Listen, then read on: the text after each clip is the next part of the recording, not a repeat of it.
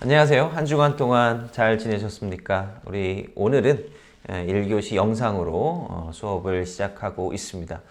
지난 시간 말미에 그 법의 가장 기본적인 개념에 대해서 함께 나누어 보았습니다.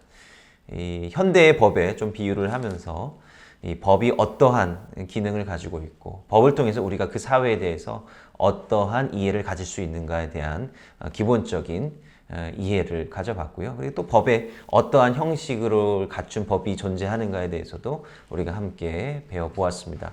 오늘은 이거를 이제 성서의 법에 좀 포커스를 맞추면서 성서법이 어떠한 의미와 어떤 메시지를 우리에게 전달해주고 있는지를 살펴보려고 합니다.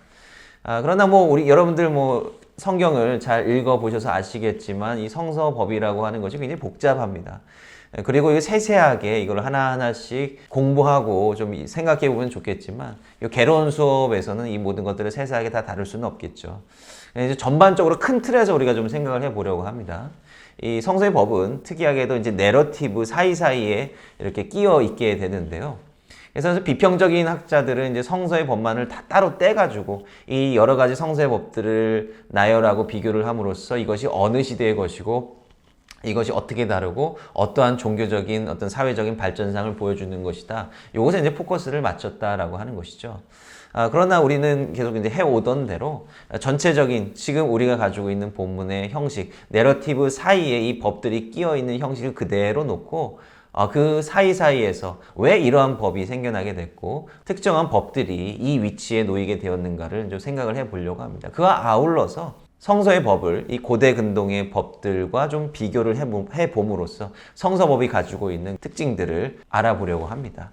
그래서 이 시간 이 성서의 법에 대해서 우리가 좀 집중적으로 다뤄보도록 하겠습니다. 제가 지난 시간에 그 헌법에 대해서 좀 말씀을 드렸죠. 그래서 우리나라 헌법하고 좀 일본 헌법도 이렇게 들여다보면서 이 헌법을 통해서 그 나라가 지향하고자 하는 법 질서, 어떤 이상향 이런 것들을 우리가 볼 수 있다라고 저희가 이제 말씀을 좀 나눠 보았죠. 그러면 이 성서법의 정신이 도대체 무엇이냐? 성서가 말하고자 하는 것이 도대체 무엇이냐? 이것을 어디에서 찾을 수 있을까요? 바로 성서 전체 법의 헌법이라고 할 수 있는 바로 십계명에서 우리는 그것을 먼저 찾아봐야겠죠. 우리가 지난주에 잠깐 아주 살짝 봤지만 그 모든 헌법에는 뭐가 들어가 있냐면 그 법의 권위와 그 법 질서의 어떤 근원이 누구로부터 이제 비롯되었느냐 이것을 굉장히 중요하게 다루고 있습니다.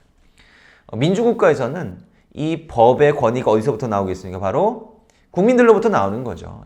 민주국가라고 한다면 법이 어떻게 만들어집니까? 국민들이 선출한 국회의원들에 의해서 이 법이 만들어지는 것 아닙니까? 그러니까 근본적으로 이 법은 국민들에 의해서 만들어진 것이고 국민들의 합의에 의해서 주어진 것이다 라고 하는 것이죠. 그러니까 법의 근본적인 권위는 바로 국민들로부터 비롯된다라고 하는 것이죠. 그럼 왕이 다스리는 나라에서는 어떻게 될까요? 바로 왕이 그 권위를 가지고 있는 겁니다. 왕이 그 법 질서를 관장을 하고 있고요. 그 사회의 옳고 그름 그리고 그 사회가 지향해 나가야 될 그 이상향을 왕이 제시해 준다라고 하는 것이죠. 그만큼 이 사회의 성격에 따라서 그 법의 성격도 그 내용도 달라지게 된다라고 하는 것입니다. 그렇다라고 한다면 이 성서의 법 질서는 어떻게 규정이 되어 있을까요? 우리 출애굽기 20장을 한번 보도록 하겠습니다. 출애굽기 20장에 바로 성서 전체 헌법이라고 할 수 있는 십계명이 나타나 있죠. 한번 첫 구절을 한번 보도록 하겠습니다. 출애굽기 20장 1절의 말씀입니다. 하나님이 이 모든 말씀으로 말씀하여 이르시되. 굉장히 중요한 포인트입니다. 우리 성서에 많은 법전들이 있죠. 근데 그 법전들을 이 나누는 기준이 있을 거 아닙니까? 그 나누는 기준이 바로 서두 공식입니다. 하나님께서 이 모든 말씀으로 말씀하여 이르시되 바로 이제 이러한 말이 그 법전의 맨 앞에 계속해서 이제 반복되어서 나온다라고 하는 것입니다. 자, 이게 굉장히 중요한 부분이죠. 왜 중요합니까? 성서의 법은 하나님께서 직접 주신 말씀이다라고 하는 것입니다. 그러니까 이 성서법의 권위는 어디서부터 비롯되냐? 바로 하나님으로부터 비롯된다라고 하는 것을 우리가 알 수 있습니다. 고대 근동의 대표적인 법전이라고 하는 것이 바로 함무라비 법전이라고 하는 게 있죠. 그 함무라비 법전의 그 서두 부분을 보면 굉장히 길게 서술되어 있는데요. 그 긴 함무라비 법전의 그 서론 부분을 보면 다 함무라비 왕 자신에 대한 아주 칭찬 일색입니다. 자기가 굉장히 뭐 신들의 사랑받는 왕이고 아주 권위를 가지고 있고, 특히 법과 관련해서는 마르둑의 허락을 받아서 마르둑의 권위를 내가 받아서 이 땅 가운데, 이 바빌론 땅 가운데 정의와 공의를 내가 전달해 준다라고 자신을 이제 설명을 하고 있습니다. 그러니까 단순히 말로 말하면 이 모든 법, 이 바벨론이라고 하는 제국을 통치하는 그 법의 원리는 누가 제정한다? 바로 함무라비 왕이 제정한다 라고 하는 것을 이제 이야기를 하고 있는 거죠. 그러니까 이 함무라비 법전은요, 궁극적으로는 그 함무라비 왕의 절대적인 그 권력을 선전해주는 그 법이라고 할 수가 있습니다. 근데 성경을 보세요. 성경은요, 누가 법을 전달해 줬죠? 실제적으로 법을 전달한 주체는 누구예요? 바로 모세이지 않습니까? 그죠? 그러나 모세는 이 법을 전달함에 있어서 내가 이 법의 전달자이고, 내가 이 법의 권위자이고, 내가 이 법을 너희들에게 가져왔다라고 절대로 이야기하고 있지 않습니다. 우리가 이 서두공식에서 볼 수 있듯이 바로 하나님께서 이 모든 말씀을 하셨음을 말해주고 있다라고 하는 것이죠. 그렇기 때문에 이 성서의 법은 철저하게 하나님 중심의 법이다라고 하는 것입니다. 그러면 이 성서가 하나님 중심이다라고 하는 것은 도대체 무슨 의미가 있는 것입니까? 여러분들 법이라고 했을 때 어떤 이미지가 떠오릅니까? 법. 너 법 어겼어 라고 했을 때 무슨 일을 해야 법을 어기는 거죠? 우리가 법을 어겼어 라고 할 때는 첫째, 이거는 처벌을 의미하는 겁니다.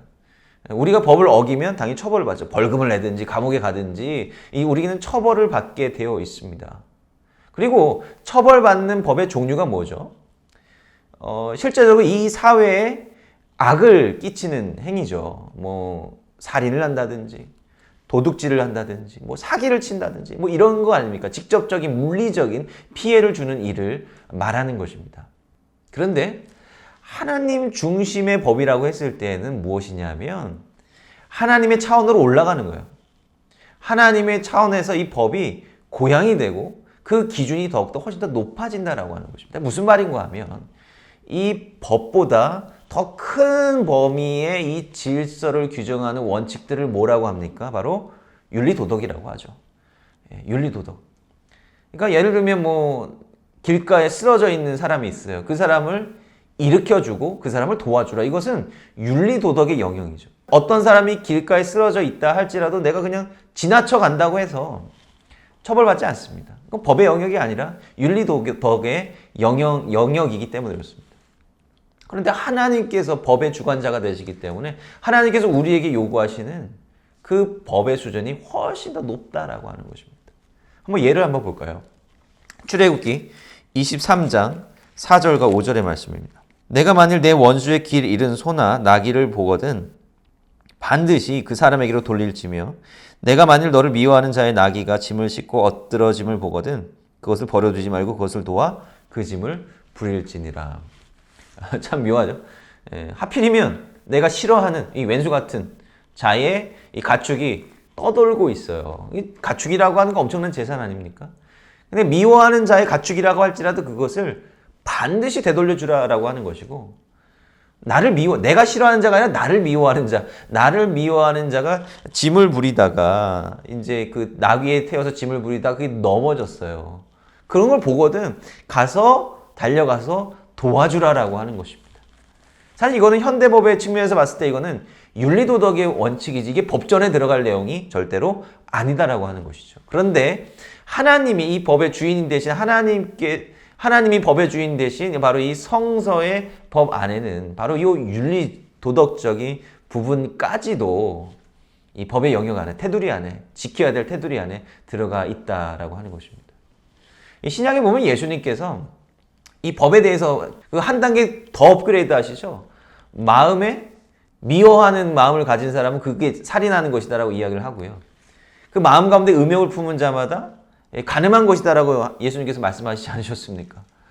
아니 그게 왜 죄가 됩니까? 이 마음만으로 생각할 수 있죠. 그리고 실제적으로 행동하지 않으면 사회에서는 당연히 그걸 처벌 대상이 절대로 아니다라고 하는 것이죠. 그런데 왜 예수님께서는 생각까지도 죄라고 말씀하십니까? 법의 주관자가 법을 판단하시는 분이 하나님이기 때문에 그렇다라고 하는 거예요. 인간은 그 마음속을 들여다볼 수 없지만 하나님께서는 그 마음까지로 들여다보시는 분이다라고 하는 것을 예수님께서는 우리에게 말씀해 주셨다라고 하는 것이죠. 그러니까 하나님이 법의 주관자가 되신다라고 하는 것은 이렇게 굉장히 중요하고도 많은 의미를 우리에게 전달해 주고 있는 것입니다. 그렇기 때문에 이 성서에는 특히 약자죠. 고아, 과부, 나그네 이런 사람들에 대해서 잘 보살펴주고 도와줘야 된다라고 하는 그 규정들이 이 법에 상당히 많이 나타나 있는 것들을 볼 수가 있습니다. 그러면 왜 도와줘야 됩니까? 왜 도와줘야 되냐라고 하는 거예요. 그 성경을 보면요. 이 법을 지켜야 되는 이유들이 간혹 설명이 되어 있습니다. 23절 9절을 한번 보시죠. 너는 이방 나그네를 압제하지 말라. 너희가 애굽 땅에서 나그네 되었었은즉 나그네의 사정을 아느니라. 자, 여기 법 규정이 딱 나와 있어요. 너는 이방 나그네를 압제하지 말라라고 되어 있습니다. 그 뒤에 부가적인 설명이 되어 있죠. 너희가 애굽 땅에서 나그네 되었었은즉 너희도 애굽 땅에서 이방인이었지 않았느냐라고 하는 거예요. 너희들도 그런 신세였으니 연약한 나그네를 압제하지 말고 타박하지 말고 공동체에서 쫓아내지 말고 품어주라라고 하는 것입니다. 그러니까 윤리도덕적인 원칙이 법의 가장 중요한 근간은 뭐냐면요. 이스라엘 백성들 역시 하나님으로부터 은혜를 받은 존재다라고 하는 거죠. 하나님으로부터 살림을 받고 은혜를 받고 구원을 받은 존재이기 때문에 너희들도 바로 그것을 다른 이들에게 대갚아 주어야 된다라고 하는 것이 굉장히 중요한 이 성서법의 원칙이다라고 하는 것이죠. 23장 10절 이하 말씀 한번 볼게요. 너는 6해 동안은 너의 땅에 파종하여 그 소산을 거두고 7째 해에는 갈지 말고 묵혀두어서 내 백성의 가난한 자들이 먹게 하라. 그 남은 것은 들짐승이 먹으리라. 내 포도원과 감람원도 그리할지니라. 너는 6해 동안에 내 일을 하고 7째 날에는 쉬라. 내 소와 나귀가 쉴 것이며 내 여종의 자식과 나그네가 숨을 돌리리라. 이건 역시 앞에 그 나그네 되었던 그 약자들에 대한 그 보호와 관련되어 있는 법들이라고 할 수 있죠. 그러니까 면제년이잖아요. 6년 동안 농사를 했으면 7년째에는 그거를 오픈해라라고 하는 거예요. 거기서 농사 짓지 말고 거기서 자연스럽게 이제 자라나는 뭐 과실들도 있을 것이고 뭐 곡식들도 있지 않겠습니까? 그거를 이제 놔두라라고 하는 거예요. 동물들도 먹고 나그네들도 먹고. 그리고 그 다음에 안식일에 대한 법들. 안식일이 뭔가 안식일 거룩한 성일로 딱 정해놓고 이거를 문자 그대로 못 지키면 저주받을 인간, 이렇게 신약시대의 사두개인들과 바리새인들처럼 이렇게 하는 것이 아니라 안식일의 근본 정신이 무엇입니까? 하루도 쉬지 못하고 일을 하는 경제적인 약자들, 나그네들, 이런 사람들이 강제적으로라도 좀 쉬게 해주라라고 하는 것입니다. 그들 역시 하나님의 형상으로 지음받은 존재이니 하루라도 제발 쉬게 해주라라고 하는 것이죠. 이스라엘 백성들도 하나님의 형상으로 지음받은 존재이고 그 다음에 이런 나그네들 약자들도 하나님의 형상으로 지음받은 존재이기 때문에 그것을 잊지 말라라고 하는 이 창조신학의 가르침이 여기 안에 또한 함축되어 있다고 볼 수 있습니다. 이와 관련해서 우리가 또 살펴봐야 될 중요한 법이 뭐냐면 노예에 관한 법, 종에 관한 법이죠. 고대 이스라엘은 엄밀히 말하면 평등사회는 아니었습니다. 우리가 수천 년 전의 그 사회를 돌아보면서 이 완전한 우리 민주사회와 사실 뭐 민주사회 오늘날의 사회를 할지라도 완전히 평등하다라고 볼 수는 없겠지만 그런 현대사회 현재 민주국가 수준의 어떤 평등함을 기대할 수는 없겠죠. 그 시대 때는 분명히 종도 존재했었고 노예도 존재했었습니다. 그러나 상대적으로 다른 국가들과 비교를 해볼 때 성서는 굉장히 중요한 평등에 관한 법을 말해주고 있습니다. 아까 제가 좀 전에 말씀드렸던 하나님의 형상으로 지음받은 그 인간이라고 하는 그 신학의 기조 위에서 이러한 법들이 전해지고 있는데요. 이 노예에 관한 법, 종에 관한 법을 한번 보죠. 출애굽기 21장 2절입니다. 내가 히브리 종을 사면 그는 6해 동안 섬길 것이요 7째 해에는 몸값을 물지 않고 나가 자유인이 될 것이며. 그러니까 어떤 사회 구조상 어쩔 수 없이 종이 신분이 될 수가 있다. 이것은 성경도 어느 정도 인정은 하고 있습니다. 근데 여기서 가장 중요하게 두드러지게 나타나는 특징이 무엇입니까? 뭐 고대 근동의 다른 사회에서는 한 번 종은 영원한 종입니다. 주인이 그것을 해방시켜 주지 않는 한 영원한 종이 되는 거예요. 그런데 성서의 법의 전통에 따르면 무엇입니까? 그 종은요, 기한이 있는 거예요. 6년 동안만 종의 신세고 그 이유가 지나면 자유인으로 조건 없이 그냥 풀어주라 라고 하는 것입니다. 이렇게 한번 생각해 봤으면 좋겠어요. 왜 종이 됐겠어요? 다 파산해 버렸으니까 종이 되지 않았겠습니까? 아무것도 없는 사람입니다. 근데 그런 사람을 계속 자유인으로 놔두는 것이 정말 좋은 방법일까? 우리가 좀 거꾸로 한번 생각을 해봤으면 좋겠어요. 그 사람이 어떤 집에 종으로 들어오게 되면 일단 그 사람은 잠자리와 먹을 것을 얻을 수 있게 됩니다. 그리고 그 집에서 일하면서 나름대로 뭐 기술도 쌓을 수 있을 것이고 나름대로 뭐 자기가 뭐 해먹을 그런 거리도 만들 수 있을런지도 모르겠습니다. 그래서 이 6년이라고 하는 시간은 어쩌면 비록 종의 신분이기는 하지만 그 사람 자체를 보호해 줄 수 있는 기간이 될 수 있다라고 하는 것이죠. 그래서 그 사람이 나갈 준비가 됐을 때 7년째에는 내보내 주라라고 하는 것이고 그 사람이 경제적으로 자립할 수 있도록 도와주라고 하는 것이죠. 그리고 그가 종으로 있을 때 그가 결혼을 했다라고 한다면 아내와 함께 나가서 독립적인 가정을 꾸릴 수 있도록 도와주라라고 하는 것입니다. 종의 신분이었지만 보호받는 기간. 여러분은 뭘 떠올리실 수 있습니까? 바로 출애굽 이야기를 떠올리시지 않습니까? 예, 제가 말씀드렸죠. 이스라엘 백성들은 종의 신세로 노예의 신세로 애굽 땅에 있었지만 애굽 땅에 있었기 때문에 민족으로 성장을 할 수 있었을 것이다 라고 제가 말씀드렸습니다. 그것과 상통하는 이야기라고 저는 생각을 합니다. 비록 우리가 겉으로 봤을 때는 어떤 종이 나오는 것이 노예가 나오는 것이 과연 성서가 평등한 사회를 지향하는 것이 맞냐라고 하는 의문을 들게 하지만 그 이면에 있는 그 복잡한 메커니즘을 우리가 좀 생각을 해본다면 우리 다른 방식으로 이러한 법들을 바라보게 할 수 있다라고 하는 것이죠. 그리고 이 성서 법들에 나타나는 그 두드러진 특징이 뭐냐면 재산과 그 생명의 관계에서 바로 생명을 가장 최우선으로 여긴다라고 하는 것입니다. 이거 역시 하나님의 창조신학과 관련돼 있는 거죠. 하나님께서 우리 창조 이야기에서 우리가 보았듯이 하나님께서 가장 혐오하시는 것이 무엇입니까? 그 피를 흘리는 것이거든요. 인간의 잘못된 욕망으로 인해서 인간 어떤 소유욕으로 인해서 다른 사람의 피를 흘리게 하는 것, 그것이 하나님께서 가장 혐오하시는 것입니다. 그래서 생명을 부당하게 해치는 범죄에 대해서는 성경은 대부분 이 사형을 선포하고 있습니다. 그런데 함무라비 법전, 바벨론의 법전이 함무라비 법전은 그렇지 않습니다. 이 바벨론의 법전에서는 생명이 죽은 거에 대해서 금전으로 보상할 수 있는 법이 또 마련되어 있기도 하고요.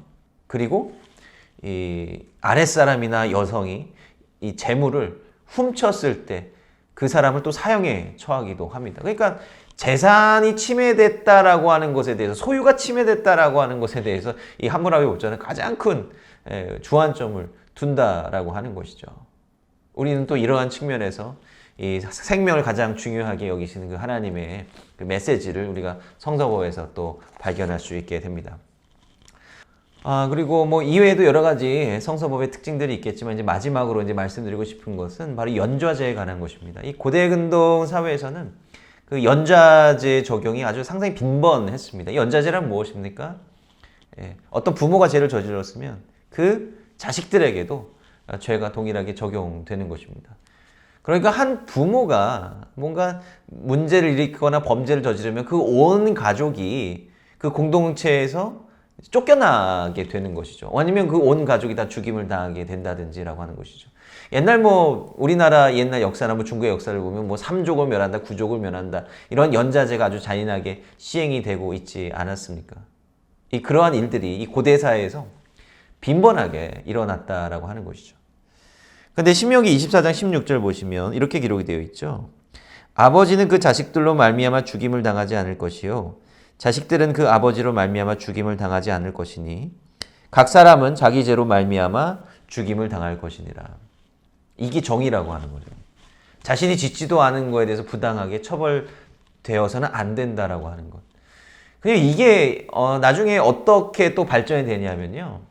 이게 종교적으로도 적용이 되는 거예요. 그러니까 어떤 아버지가 젊은 나이에 죽었어요. 그럼 이제 사람들이 뭐라고 수군거리느냐? 저 아들놈이 잘못을 저질러가지고 저 아버지가 저렇게 된 것. 하나님이 저주를 받은 것이다. 저 부인이 잘못을 저질러가지고 저렇게 된 것이다라고 하는 거죠. 그러면 그렇게 이 일이 벌어지고 이 연좌제적인 것이 이 종교적으로 적용이 된다라고 한다면 그 남아있는 유족들, 가족들이 그 공동체 안에서 살 수 있겠어요? 쫓겨나는 거죠. 그럼 그 고대 사회에서 그 공동체에서 쫓겨난다라고 하는 것은 곧 죽음을 의미하는 겁니다. 근데 성경에서는 이걸 철저히 금하고 있다라고 하는 것이고. 그래서 연좌제를 적용하지 말라라고 하는 것은 이 공동체 구성원들을 지켜주고 보호해 줘야 된다라고 하는 것과 관련되어 있습니다. 왜냐하면 이스라엘이 어떤 공동체를 지향하는 거예요? 거룩한 백성들, 거룩한 민족들, 이걸 지향해 나가야 되는 것 아닙니까? 그렇기 때문에 불합리하게 공동체 일원들을 그 영역에서 내쫓거나 그 공동체를 깨뜨리지 말라라고 하는 것이죠. 그래서 우리는 이러한 법들을 통해서 이 하나님께서 이스라엘 향한 계획, 그 다음에 하나님의 창조 섭리, 이것과 연관해서 성서법의 정신을 좀 생각해 볼 수 있을 것이라 생각을 합니다.